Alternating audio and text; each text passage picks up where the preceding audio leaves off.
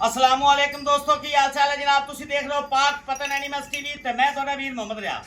माशाल्लाह जनाब, जिवें कि वीरां नूं पता है ब्रांड विखाने अल्हम्दुलिल्लाह सारे भरावां ने माशाल्लाह पढ़नी फर्स्ट टाइमर पहले झोटी दुंदी चौकी मुंह दे विचों अज लैके वीरां दी खिदमत ते हाज़र होया और विखावांगे इंशाल्लाह भी पहलन किनू आंदे नस्ली मावां दी दियां नस्ली होणगियां 2 तो 3 फुट चौड़ा चुप करा जा।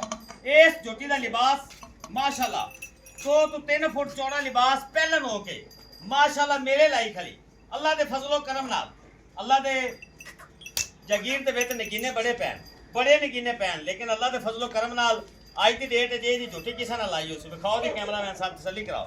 मुंह विच दुधी चौकी माशाल्लाह फर्स्ट टाइमर पहलन झोटी आ बच्चा बनो परा यार माशाल्लाह। सारे मेरे भरावां ने माशाल्लाह दा कमेंट पढ़ना है जनाब। ए चेक करो फर्स्ट टाइमर पहलन झोटी प्योर नीली खास पहला वारा इस झोटी ने माशाल्लाह डिलीवर करना है। मेरे भरावां ने चेक कर लेना जानवर लेना देना मुकद्दर या नसीब। लोकेशन अड्डा बुंगा हयात तहसीलो ज़िला पाक पतन शरीफ 0306 0042 917 22 शबाज का कॉल व्हाट्सएप नंबर पहलन झोटी हो के माशाल्लाह मेले लाई खड़ी मेले खास नीली बार दी प्योर छेड़ दी झोटी दरिया दी माशाल्लाह लैके हाजिर होए भरावां दी खिदमत माठी मैं चैनल ते इंशाल्लाह पाक पतन एनिमल्स टीवी ते भरा नहीं वेखणगे जदों भी लावांगे इंशाल्लाह ब्रांड ही लावांगे माशाल्लाह। रत पेत वाली संभी पली झोटी माशाल्लाह पहलन कट्टी माशाल्लाह दुंदी चौकी मुंह दे विचों मेरे भरावां ने जनाब शौक करना है इनू आखदे न ब्रांड माशाल्लाह। हवाना चेक करना मेरे भरावां थण बड़ा कमाल दा 2-2 गिट्ठां दी फासले ते माशाल्लाह मौजूद ते हवाना दी वंड जिहड़ी अल्लाह पाक ने झोटी लाई है ना जी जिन्नी को है माशाल्लाह अनमोल ही रही है। शौक वाली चीज़ अपने भरावां वास्ते लैके हाजिर होने हैं 0306 0042 917 22 शबाज का नंबर है।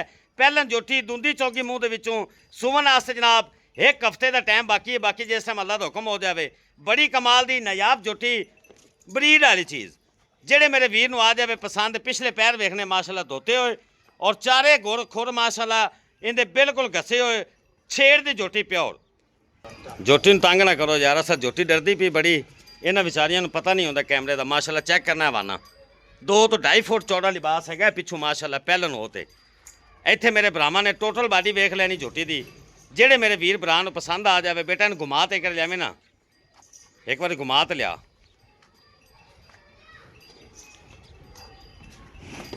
विखा दे भरावां नूं नीली दे ब्रांड अल्लाह के हुक्म नाल इनू ब्रांड आंदे ना छेड़ बेटा पहलन हो के की काम झोटी किया होया है।